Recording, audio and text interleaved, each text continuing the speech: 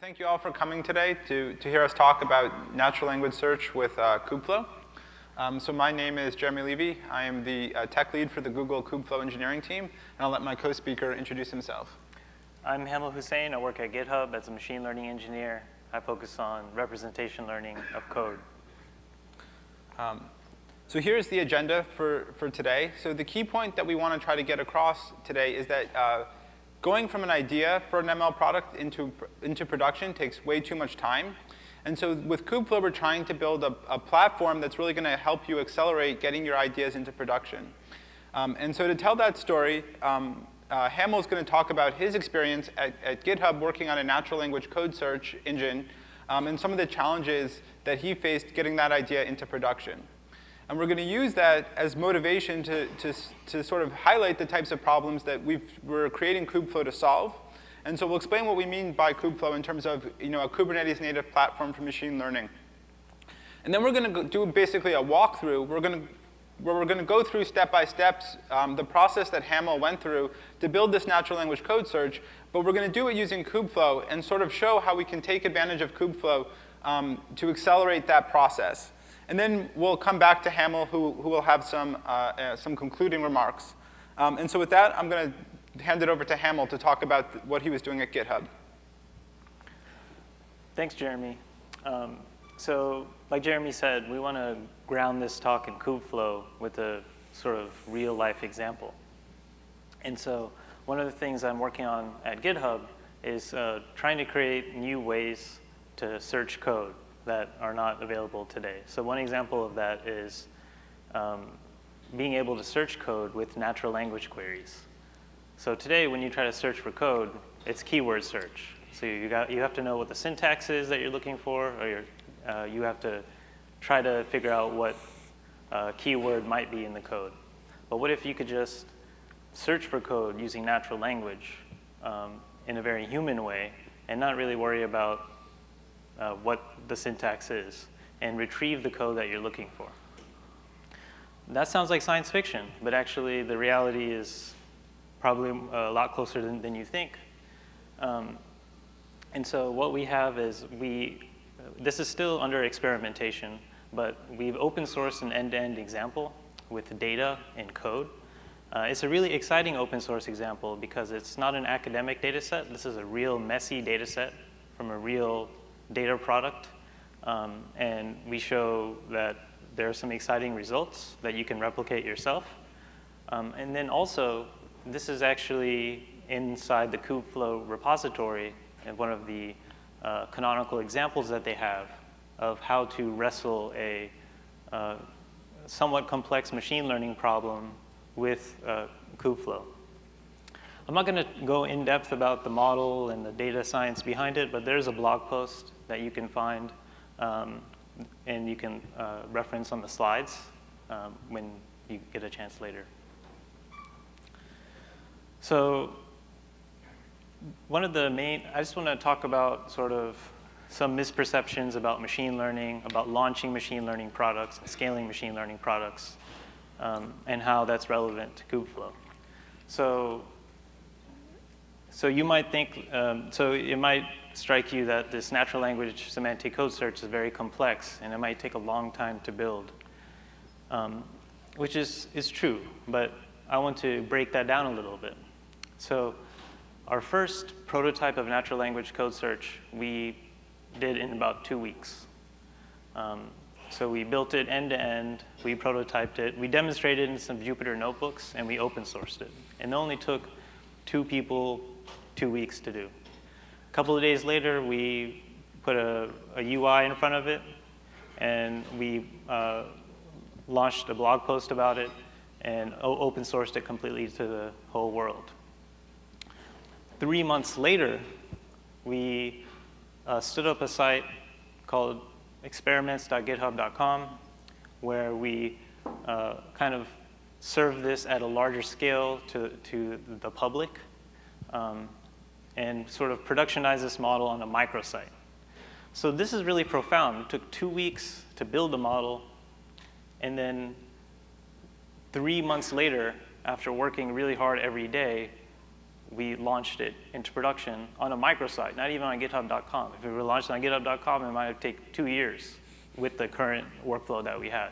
So this is really interesting. Why does it take 2 weeks to make the thing and 3 months to launch the thing? That might be surprising. So I want to talk about that. So there's a perception in the industry today that data products, these machine learning products, are mostly about machine learning.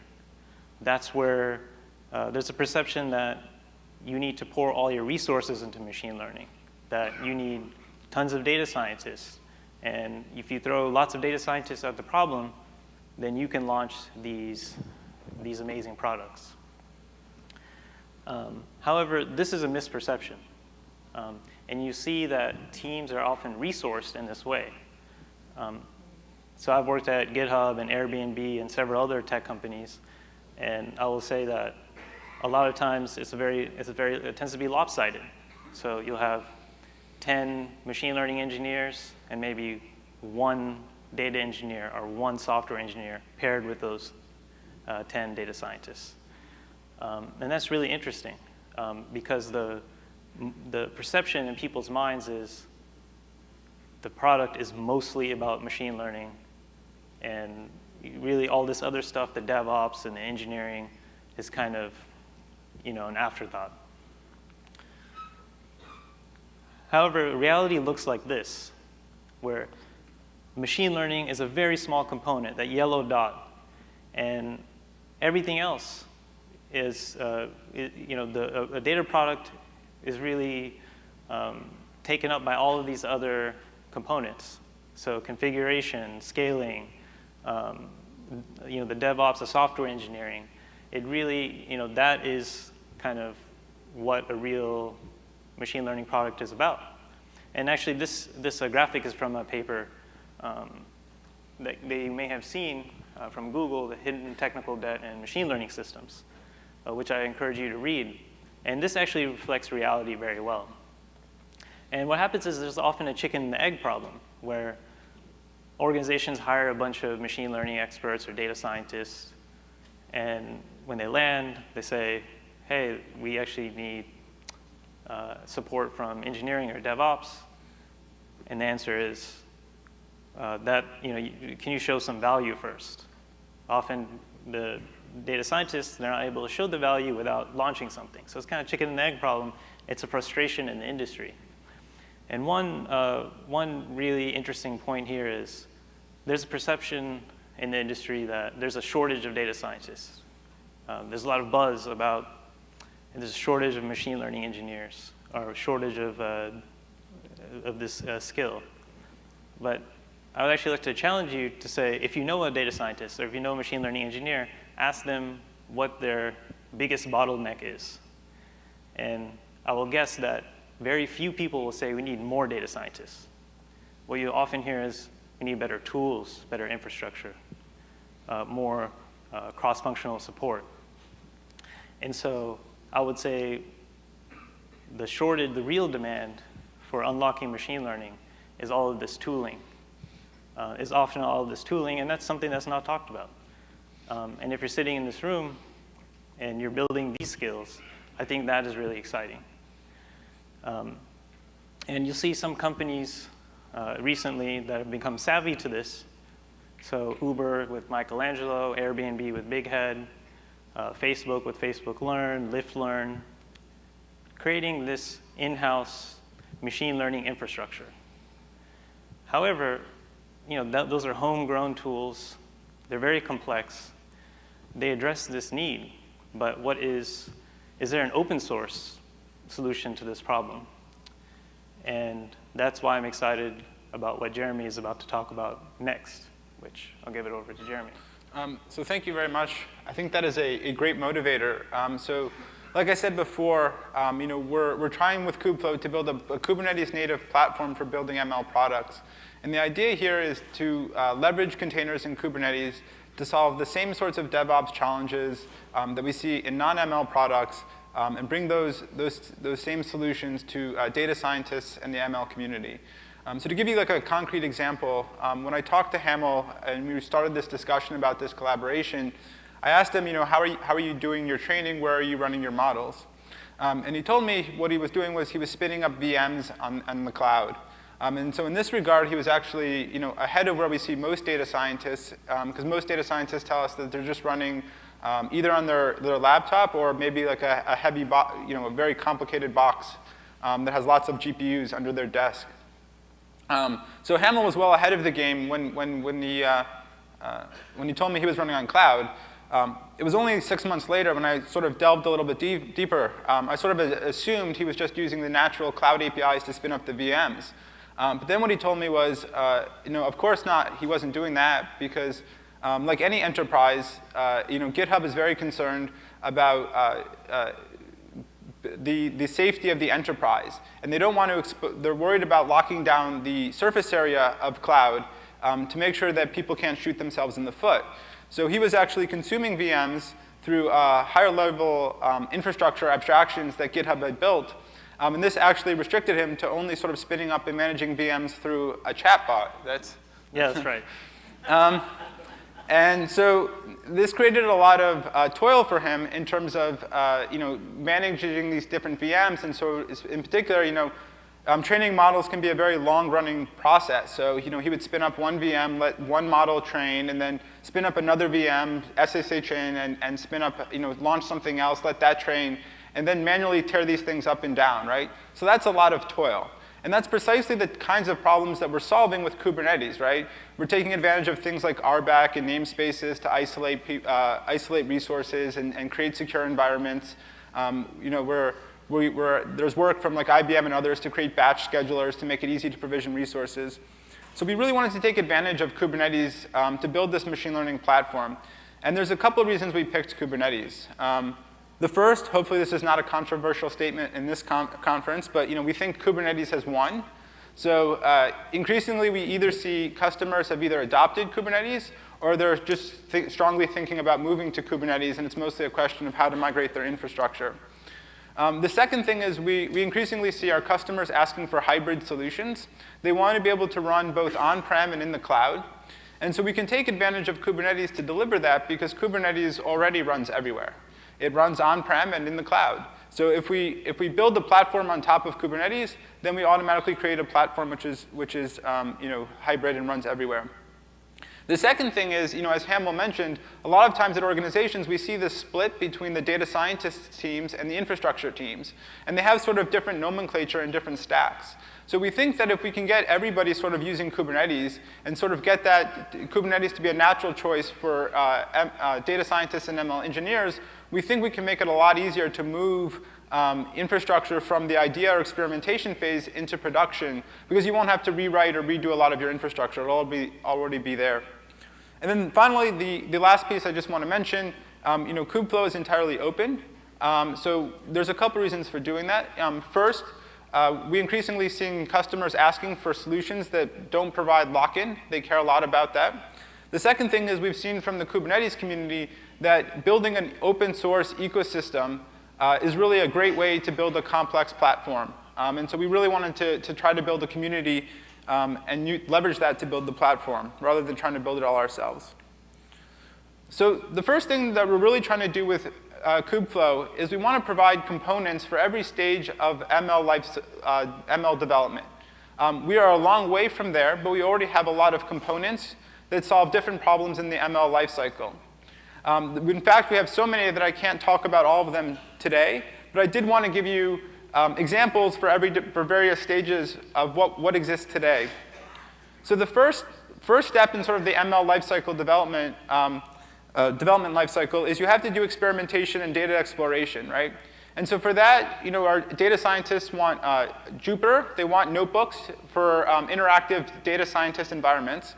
So we've taken advantage of Jupyter and Jupyter Hub to run and provision notebooks on Kubernetes.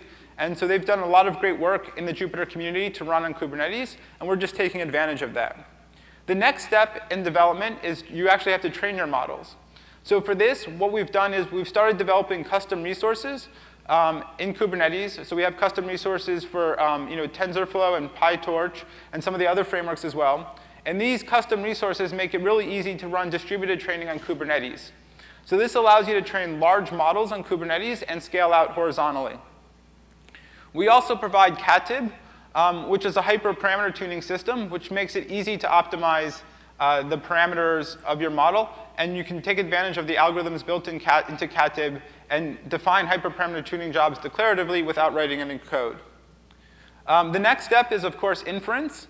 And so for inference, we're providing Beam transforms for doing batch inference.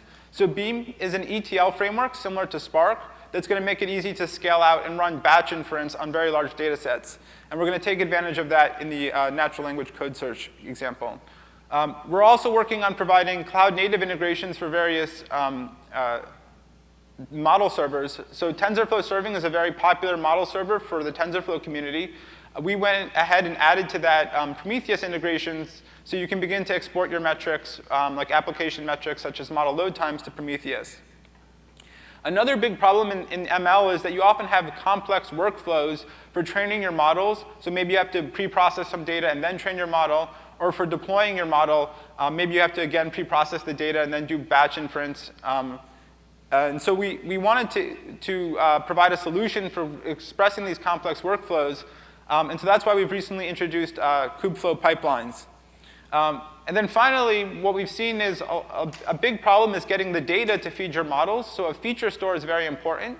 So Gojek has been working on a feature store for their own internal use. They've, I think, just recently open sourced it. And I think they're going to submit a proposal pretty soon to add that to Kubeflow. So we're very excited about that as well. So one of the problems is it's not just enough to have all these different components. We really want to organize these components into a cohesive platform. And so that's why in the Kubeflow community, we've been spending a lot of time on providing simple solutions, a one-click or one-command solution for deploying Kubeflow, right? And so this diagram on the right gives you a little bit of the example of the problem, right? So this is for Jupyter notebooks. So when we deploy Jupyter, we don't just want to run the Jupyter pods and spin up the Jupyter notebooks. We want to provision the appropriate credentials in terms of RBAC for isolating, accessing Kubernetes resources, and also service accounts for accessing cloud resources like Object Store, so you can access your data stores from your notebooks. And then since it's a web service, we have to provide a good ingress story and so that people can access their notebooks from outside the cluster, so when they're running on their local laptop. So that means we have to set up ingress and think about things like certificates and other types of security measures, right? So those are the types of things we take care of when we deploy Kubeflow. And so we have a command line tool as well as a web app. And then, as I mentioned, pipelines is one of the newest additions to Kubeflow. And so basically what pipelines does is it allows you to define complex ML workflows in Python. So it's very natural for data scientists and ML engineers. They don't have to switch their mindset from Python to YAML or some other framework to define their Python, define their pipeline. And so I have a simple example down here. And so what we can see here is, they're defining what they want to run for every step. So every step runs in its own container. So we're just specifying the Docker image we want to run and the command we want to run. And then we have some simple Python syntax that specifies the order in which the steps should be executed.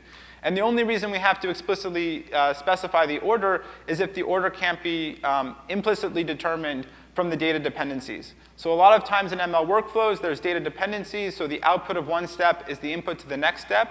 And if you have such a pipeline, then pipelines will automatically infer the graph for you, and you don't have to explicitly construct the graph. And then we have a UI that makes it very easy to visualize all of your runs and track all of your runs. And you can take advantage of pipelines to run your pipeline, schedule your pipelines to run regularly, so you can take advantage of that to update your models. And then under the hood, this is being powered by Argo, so we're very grateful to the Argo community for all the work they've done there.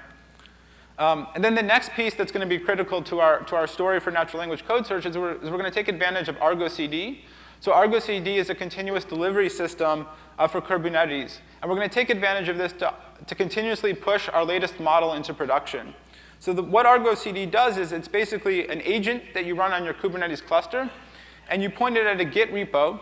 And this is the Git repo where you store the manifests for all of your Kubernetes resources that comprise your application. And what Argo CD will do is it will continually monitor what's actually deployed in your Kubeflow cluster, in your Kubernetes cluster. And if it detects that what you have deployed is out of sync with what's in your manifests, it will update what you have running in production to match what's in the manifests. So this creates a very simple way to begin automating your delivery, because now all you have to do is push a commit that changes the parameters of your server or whatever, and then Argo CD will take care of rolling that out. So now I wanted to come back to the process of how we actually use Kubeflow, taking advantage of the example of natural language code search. So here's a schematic of the high-level process that Hamel went through. So he started off by identifying a problem. He then did some experimentation to see if it was solvable with machine learning. He then trained some models, and then he deployed those models and ran them in production. So we're going to go through that process now with Kubeflow. And a couple things to sort of look out for is the fact that we have multiple steps involved in building the model. And then a lot of these steps have different resources that have different resource requirements, right? So it's a perfect problem for taking advantage of Kubernetes and letting Kubernetes take advantage of and take care of resource management. So switching over, so this is our click to deploy app. And so this is what we're building so we can really make it super easy for data scientists like Hamel who don't know anything about Kubernetes to get started. And so the idea here is that with one simple click, they can deploy their entire Kubernetes cluster with all of the Kubeflow services deployed and wired up for their particular cloud. So in this case, all he would have to do is specify the project where he wants to deploy his infrastructure, as well as the name of the deployment that he wants to assign his deployment. And then he can click deploy, and all those resources would go and get deployed. After he spins up Kubeflow, he can come to what we call our central navigation dashboard. And from here, we can see all the different services we have running in our Kubeflow cluster. So we have a handy link to our docs, because those are always helpful. But he can also, from here, navigate to Jupyter Hubs, so he can begin spinning up notebooks to do his model development. We provide a convenient dashboard for monitoring your TensorFlow jobs. Cattib is, again, our hyperparameter tuning system. It's grayed out here because I haven't deployed it in this particular instance. And then finally, we have a link to our pipelines product. So if we went to Jupyter Hub, this is the spawner UI, and this is our latest spawner UI, which will be available in our next release at the end of this month. And a huge thanks to Aricto for investing in cleaning up the UI and making it much prettier. And so from here, what they can do is we provide a bunch of canned Jupyter images, Docker images, that have different libraries installed for different versions of TensorFlow for CPU as well as GPUs. So this makes it easy to get a notebook environment suitable out of the box. But you can also build your own custom environments just by building your own Docker image and installing whatever libraries you want. And then you can just enter the URL of your Docker image here. And if you click on Advanced, we can scroll down and we can see a bunch of different options to specify the resources we want to give to our notebook. And so from here, we can specify CPU, RAM, or GPUs. And also, again, thanks to Aricto, in our next release, we'll actually be able to attach persistent volume claims so you can add volumes for either reading data or writing data.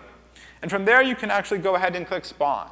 So the idea here is we're trying to make it super easy for data scientists to get started running on Kubernetes at the beginning of their workflow and start taking advantage of it without having to climb that mountain of learning Kubernetes and installing the tool chain like kubectl or KSINet or anything else.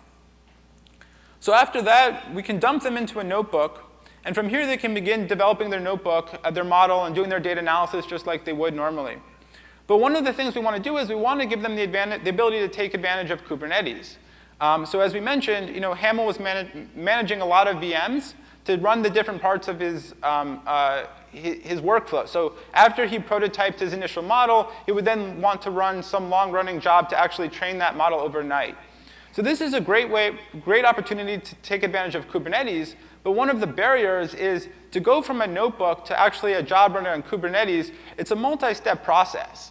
So you have to convert that notebook to Python code. You then have to build a Docker image. You then have to build a YAML file to actually launch that resource on Kubernetes. So if you're familiar with Kubernetes, that may not seem like a whole lot. But if you're a data scientist and you're new to Kubernetes, that's going to trip you up. And that's going to become a barrier. So to solve that, with our next release, we're going to begin to have our initial release of fairing. And fairing is a Python library that's going to make it easy to go directly from your Jupyter notebook to a resource running on Kubernetes, right? So here's how this works. In our notebook, we're just going to import the fairing library. It's a normal Python library. And then in our next cell, we're basically going to define a couple of variables to configure the fairing library. And the most important one is we're just going to specify the registry where we want our Docker images to be published. Down here, we can basically define our normal Python code for training our model. So this is the TensorFlow code for training MNIST. So this example was a little bit new, so we didn't have time to update it to use code search. So it's using MNIST. But the only changes we've made to this code is we've organized it into a class and put it into a method named training. And the only reason we did that is so we have a way of identifying which code to actually invoke in the notebook. And then we added an annotation to this class that specifies how we want to run it. So here we just added this annotation that specifies the number of workers and the number of parameter servers we want to run. And then down here, we instantiate the class just like we would normally, and then we invoke the train method just like we would normally if we were running the code inside our notebook. But because of the fairing and the annotation we added, what's actually happening is under the hood, we're going to convert this notebook to a Python file, build a Docker image, and then launch a Kubernetes resource, a TensorFlow distributed training job, which is our custom resource on Kubernetes. And then down here, we're just printing out the logs for convenience. So here, we're enabling our data scientists to get on board with Kubernetes without having to climb the mountain of learning Kubernetes. So the next step for this particular example is we actually, let me pull it up. So the way this solution is architected, we actually have to build an index that has the predictions for all of the code in GitHub. And the reason we have to build an index is because if we tried to compute this online at serving time, it would take way too long. So we have to periodically build this index and then push this into production. So the way we do this is we're going to build a Kubeflow pipeline. And this Kubeflow pipeline is going to consist of 3 steps. The first step is going to basically be running a data flow job or a beam job that's going to compute the predictions for all of the code in GitHub. So there's about several hundred million files in GitHub, which is about several terabytes worth of data. So if we didn't use an ETL framework like Beam or Spark to scale out the inference, it would take a really long time. So in this case, it would take about 350 CPU hours. But by taking advantage of an ETL framework, we can scale out horizontally, and we can run that in about an hour by taking advantage of more machines. The next step in the pipeline is we have to build an index, which we can actually serve in production. And then once we've built that index, we actually want to push that index into production so that we get the latest model running in production. And so what we do is we have a simple script that we're going to run, which is basically going to create a commit to our repository. And it's going to update the command line arguments of our server to point to the latest index. And one of the problems or DevOps challenges is, code is constantly being uploaded to GitHub. So if we don't periodically recompute this index and deploy it into production, our predictions are going to get stale, and the quality is going to go down. So here we can take advantage of Kubeflow pipelines to easily schedule a periodic run. So if we click through, to our experiment, from here we can, through the UI, we can click Start a recurring run. So from here, we basically just select the pipeline, we specify a name, and down here we can specify the trigger schedule. So we can either specify we can run periodically, or we can run on like a cron schedule. And then if we go back to the UI, we can see all the different runs that we have. So it's running every 6 hours and pushing out that commit. Then to actually roll out that commit, we rely on Argo CD. So this is the UI for Argo CD. So you can basically see from here that it's showing all of the infrastructure we have deployed. So we have basically 2 different servers, and it's showing that it's actually been synchronized with what's in the Git repository. So down here, what we're showing through the UI is we're seeing a diff between what's actually deployed in production and the manifest that's checked into the Git repository. So in this case, everything is synchronized and up to date. So there's no diff shown here. And so that's how we can continually push out our model into production, right? So we've spent a lot of time walking through a bunch of different steps, and going through a bunch of different infrastructure. But what we didn't talk about was, the model or show any complicated math or algorithms, right? And that's because most of the time and energy ends up getting spent on all the infrastructure that you have to build to keep your models up to date. And so with that, I'm going to hand it back to Hamel for some concluding remarks.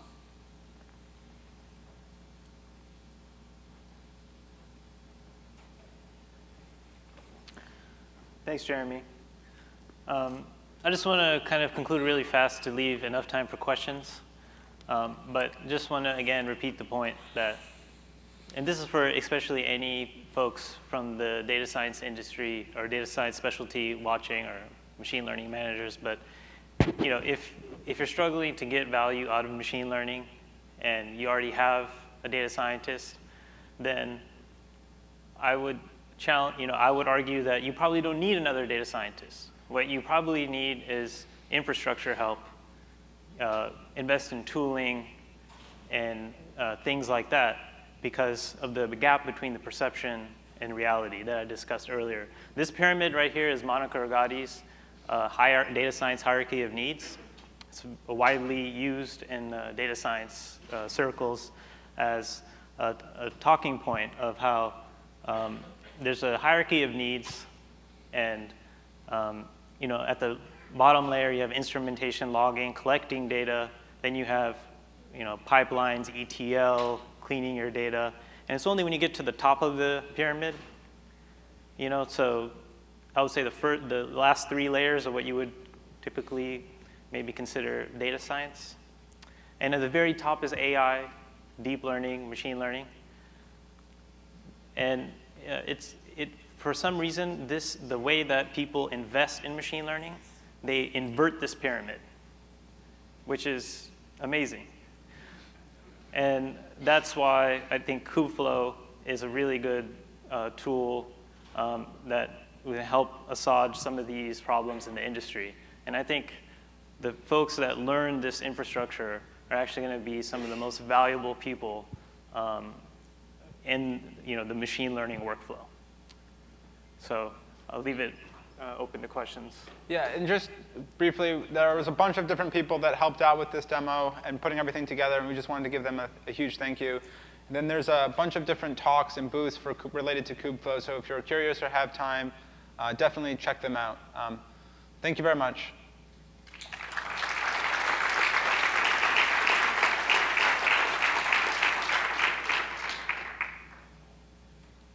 Do we have time for questions?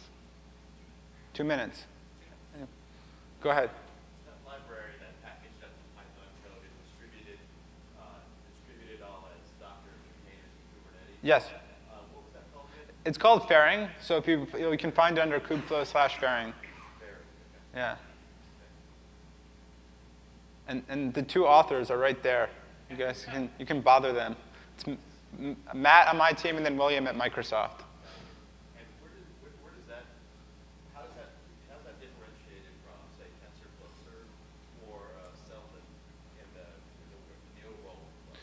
So the question was, how does fairing compare to TensorFlow serving and deployment?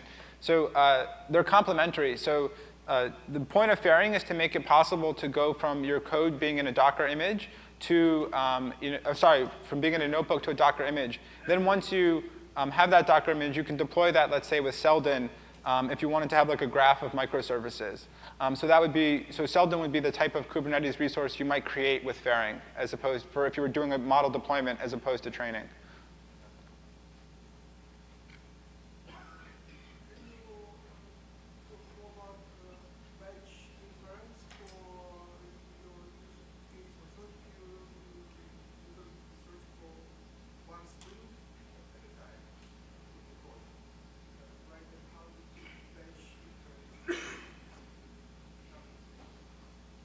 you want to explain how the model works? I didn't hear the question, so sorry. Oh,